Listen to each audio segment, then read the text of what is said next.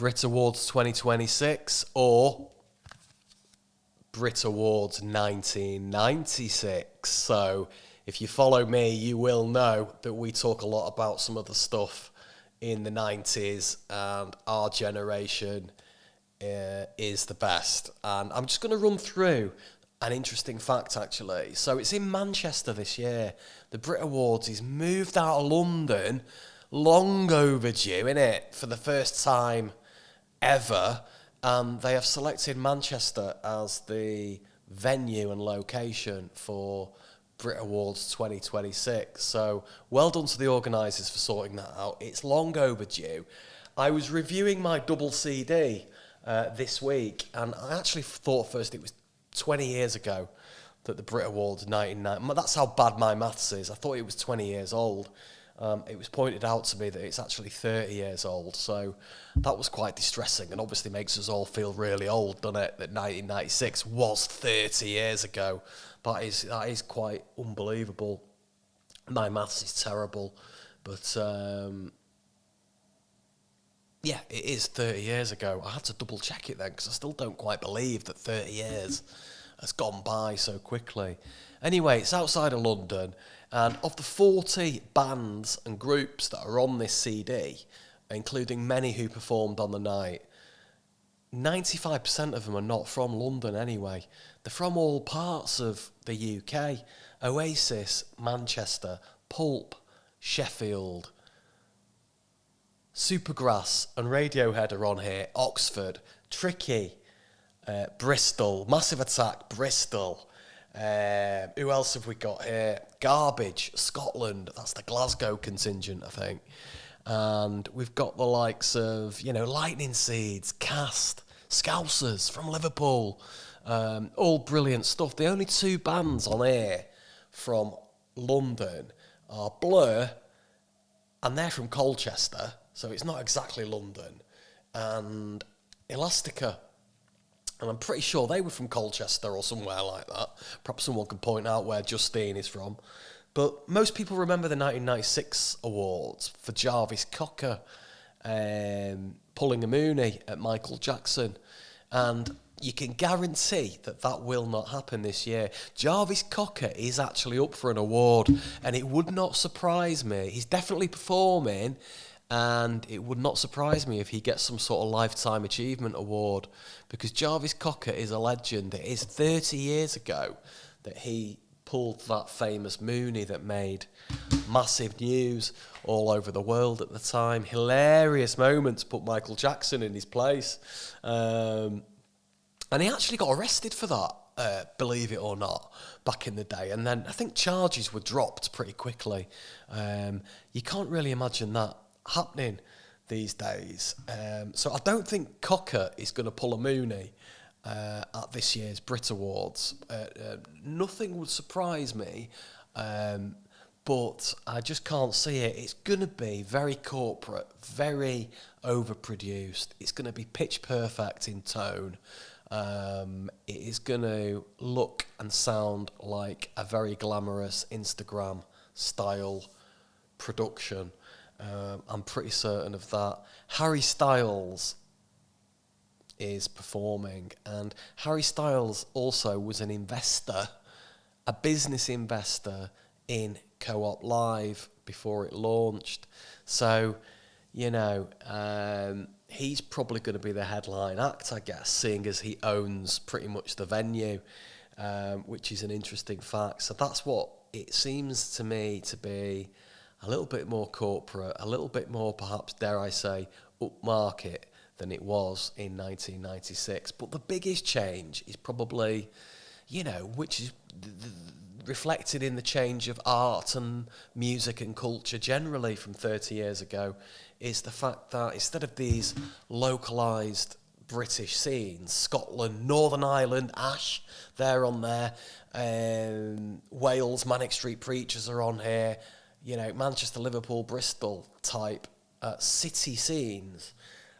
It's very much more an international flavour this year as music has diversified and access to music has diversified, which means there are very, very famous people in their own niche playing at the Brit Awards who you and I wouldn't have ever heard of.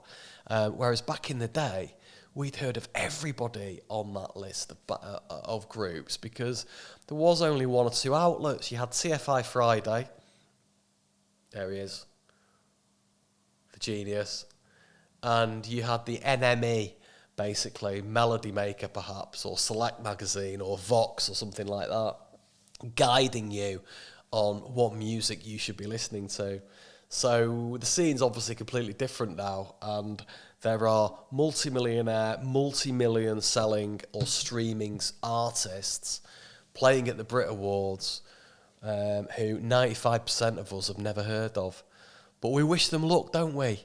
Because it's something that is prestigious still, I think, Brit Awards. I just do think that it still carries weight for people of our generation. You know, the Brit Awards is a hugely exciting event generally. There's less buzz about it now, frankly. The only interesting thing about it, as I said, is probably that they've moved it out of London for the first time ever. It being held in Manchester, arguably Europe's greatest music venue, because it's been specifically designed for music, this place. I went to go and see Morrissey last year at Co-op Live, and the sound and visuals are incredible. Even just arriving at the venue is nothing like going to a gig, certainly any gig back in 1996. It's almost like a VIP trip to a boutique hotel. You get meted and greeted on the way in and passed from person to person on your way into the venue. They've got restaurants and champagne bars, and it just feels like a boutique hotel in the Co-op Live. It certainly did where we were for Morrissey. But the tickets are sky-high prices. The price I paid to go and watch Oasis, I've got a ticket here somewhere. Let me just grab this ticket off this board. £8.50 my ticket was for Oasis on the 18th of December 1994. So 32 years ago, it cost me £8.50 to see Oasis at the Manchester Academy. Now, we all know how much tickets for Oasis were this time. Tickets for these Brit Awards, 150 quid north, and you couldn't get hold of one for love nor money. They could have sold them, I think, for 1,000 quid each, and they'd have probably sold all 24,000 tickets or 22,000 tickets, whatever that particular venue holds. So it is more corporate this year, Brit Awards. I will be watching it, and I might do a little review of it. I don't know. I'm just pleased that Jarvis Cocker's up for an award. 30 years ago, he pulled a Mooney. It would be very fitting if he was going to scoop some sort of all-time genius, godlike genius, legend award, because that is long overdue. Pulp, you've got to remember,